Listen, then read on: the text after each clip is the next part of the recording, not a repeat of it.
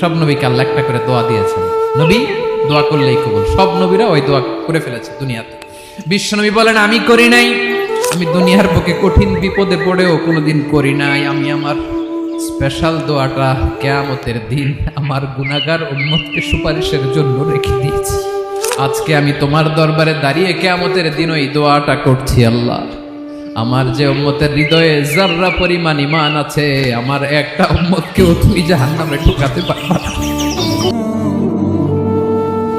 বিশ্বনবী একবার ছাগলের রান খাচ্ছিলেন, খেতে খেতে বিশ্বনবী বলেন আনা সাইয়্যিদুন নাসি ইয়াউমাল কিয়ামা, আমি কিয়ামতের দিন সর্বশ্রেষ্ঠ হব, মানুষের মধ্যে সর্বশ্রেষ্ঠ সেরা আমি বিশ্বনবী। আলহামদুলিল্লাহ পড়েন।